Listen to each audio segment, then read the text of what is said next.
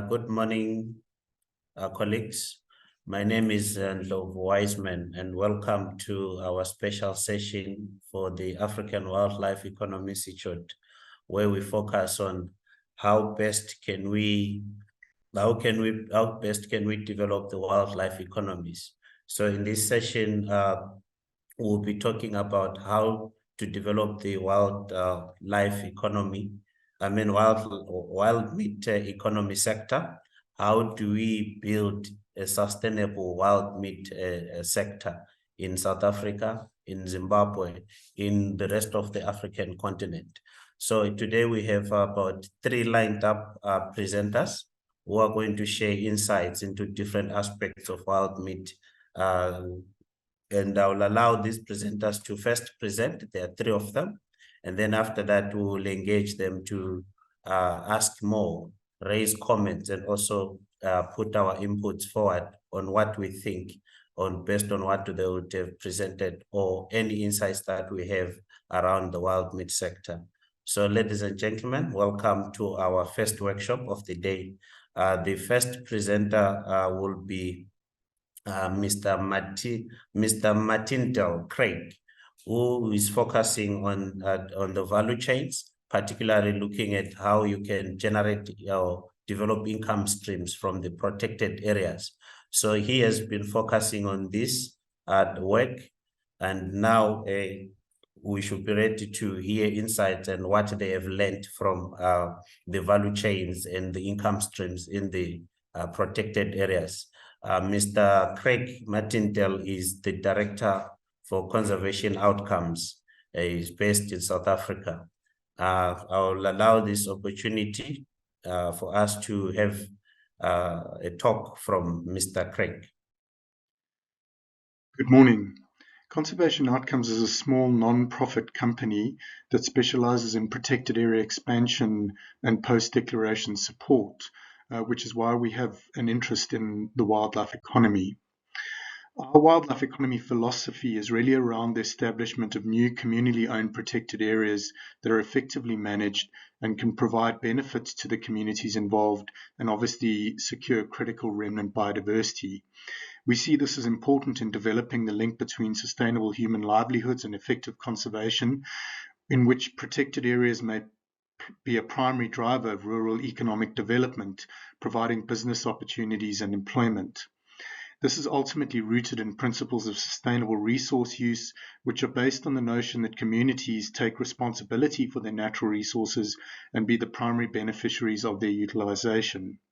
Ultimately, communities that live in and around protected areas who face daily risks to their survival and livelihoods from wildlife must not bear a disproportionate cost related to conservation, but should be its primary beneficiaries. Within that context, we've been working for some time around the establishment of a game meat value chain in the Greater Kruger area. And just to give a little bit of background to the Greater Kruger area, if you look at that map on the left-hand side, it shows a general poverty index with the areas that are the darkest having the highest levels of poverty. Those areas also have very high levels of lack of access to services. There's a population of between 2.5 and 3 million people living on that western boundary of the Greater Kruger area, and this obviously poses a risk to the protected areas involved. But there's an overarching need to address the economic development of those areas and lift those communities out of poverty. And we believe the wildlife economy can play a strong role in that regard. Looking at the current sales of game meat in the Kruger National Park itself, and this comes out of work that we did on a feasibility for the 𝐓𝐶𝐞 meat processing facility, it was identified that there's between 7 and 10 million rand per annum spent on primarily biltong and dry boar sales in the shops in the Kruger National Park. One of the things that's interesting about this, though, is that a lot of the biltong that's being sold comes from species like blesbuck, gemsbuck, and springbuck, which don't even occur in the Lohveld region around the Greater Kruger. And we know that meat is being sourced as far away as places like the Eastern Cape and Northern Cape.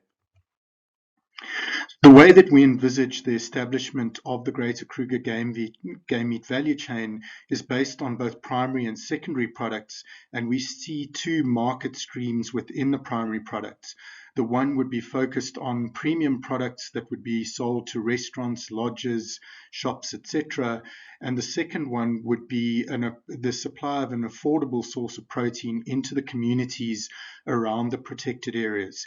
One of the reasons that we feel that this is important is that we would hope that this would also alleviate the illicit trade in game meat through creating a legitimate market. And we believe that the prices that would be applied here would be quite competitive with that illicit market. Looking at secondary products, we would obviously look at processed meat products, but also the use of hides and skins. And just as an example, that photograph of the handbag that you see there is taken from the Skukuza shop. That's a springbuck skin handbag that sells for 3,500 Rand. Again, springbuck don't occur in the Lohveld or anywhere near the Greater Kruger area. So there's a huge opportunity being missed in terms of the economic opportunities that go along with establishing the game meat value chain and the utilization of secondary products like skins and horns. We understand that the establishment of a game meat value chain in the Greater Kruger area might be seen as contentious, and so we need to determine what the prerequisites would be for the establishment of the value chain. We believe that we would require to apply transparent, defensible standards and principles in undertaking wildlife offtakes and in the distribution and sale of products. And the sorts of things that we've considered in this are local beneficiation, investment in local communities, traceability, ethical culling, biodiversity conservation, transparency, and legislative and regulatory compliance. Because of this, we've identified the need for a protocol or a certification process. And really, in looking at different certifications around the world, what we really would like to model this on is something like fair trade. If anyone purchases fair trade coffee, they can be assured that it's met certain environmental, sustainability, and social criteria. And that's really the type of thing that we'd like to replicate in establishing the protocol and brand that will support the game meat value chain. So we believe the protocol and brand will ensure that game meat sold under the brand is ethically sourced from formally established protected areas. Wildlife are harvested based on clear ecological management criteria. The value chain is optimized, creating meaningful benefits for the protected areas and the communities living in and around them. And all activities are undertaken based on best industry practices that ensure a responsible approach in the harvesting, processing, and sale of game meat and secondary products. We spent some time in developing the brand, and you can see the examples of the logo there on the left-hand side. We're also in the final stages of developing the website in support of the brand, and we are planning a series of launch events for harvest with our partner protected areas early in the new year. We've also started developing the packaging in support of this. So those are examples of biltong and dry horse packaging for the harvest products. These are examples of harvest packaging for fresh products as well as for cooked products like game meat pies. In terms of the way that we envisage developing harvest and the game meat value chain in the Greater Kruger area, we've submitted the harvest protocol to the South African Meat Industry Company, and they're the entity that deal with brands and the protocols associated with them. So, for example, if you purchase a product that claims to be free range, for example, from Checkers or Woolworths or Pick n Pay, there would have to be a protocol that SAMIC would have approved that says what it is that makes that particular product free range. And this is the reason that we've submitted the harvest protocol through to SAMIC. In developing the Greater Kruger game meat value chain, we're focusing on two regions. One we're calling the red zone value chain, which is within the foot and mouth disease infected zone. The other is the green zone value chain, which is outside of the foot and mouth disease infected zone in that yellow area of the map that is shown there. In terms of the way that we're developing this business model, we're working primarily with 𝐶𝐤𝐬𝐬𝐻𝐸 and 𝐸𝐸 private nature reserves, which are part of the associated private nature reserves. The reason that we're working with them is they both have registered abattoirs, so we have an ability to start to develop the value chain and allow for the commercial sale of game meat from those areas. In the green zone, we're trying to understand the requirements for the value chain and working with a number of other smaller protected areas, private protected areas and communal protected areas outside of the Greater Kruger area, including new emerging communal protected areas that we are assisting in establishing. In support of all of this, we've done a whole lot of training in various aspects of the value chain and in the harvest protocol itself.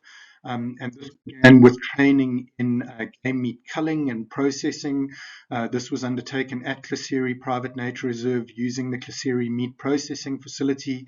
And the training focused on all aspects from the culling through to the in-field slaughter and preparation, and then ultimately the processing that happens in the meat processing facility itself, preparing meat that is ready to go to the retail market, to butchers, etc.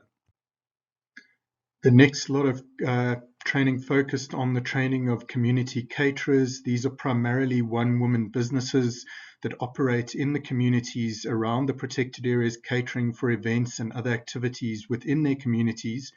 And the training here was undertaken at the Greater Kruger Culinary School, and it focused on developing opportunities for these women to gain access to game meat and the sorts of products that they could produce from them.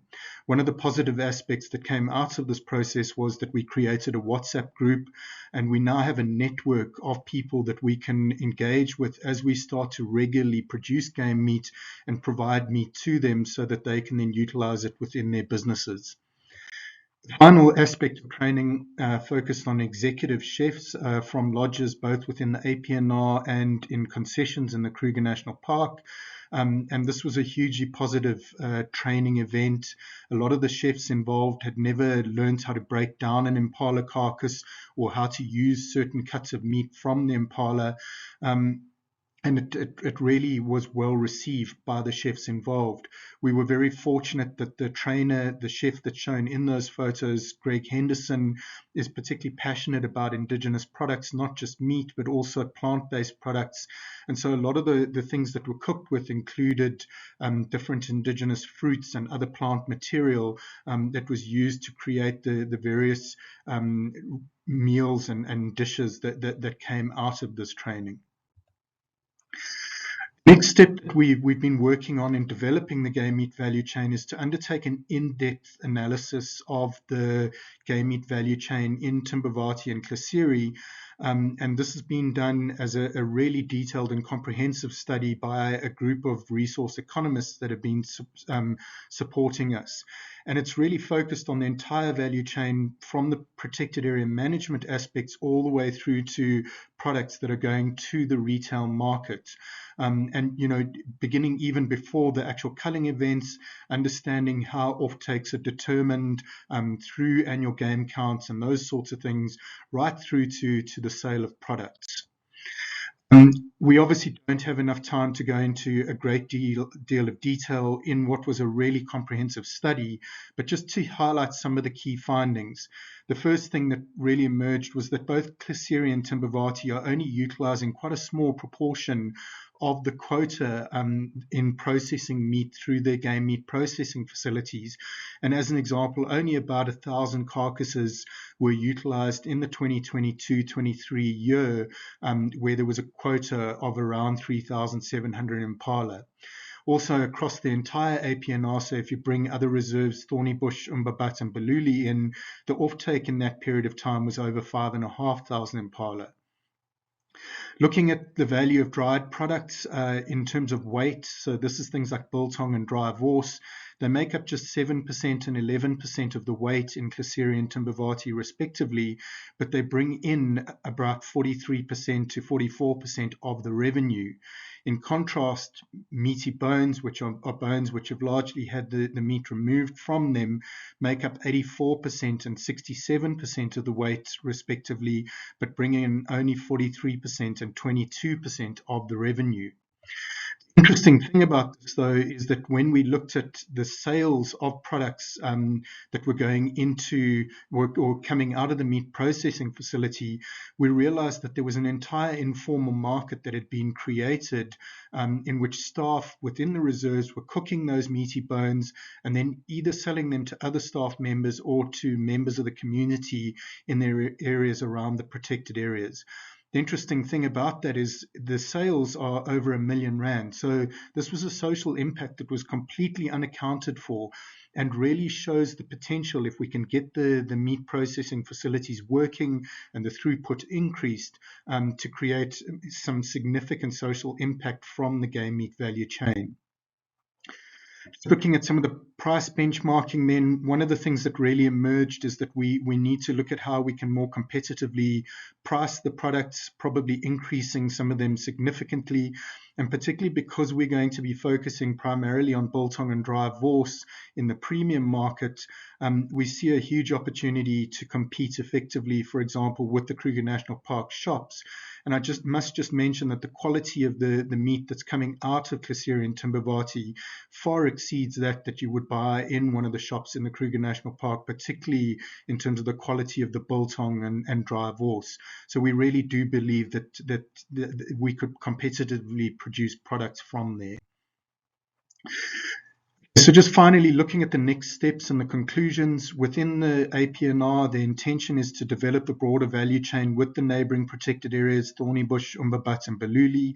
Within the green zone, to develop the financial feasibilities, identify the infrastructure, logistics and operational requirements for the value chain, and in both the APNR and the green zone to determine the socio-economic opportunities and impacts at each point in the value chain.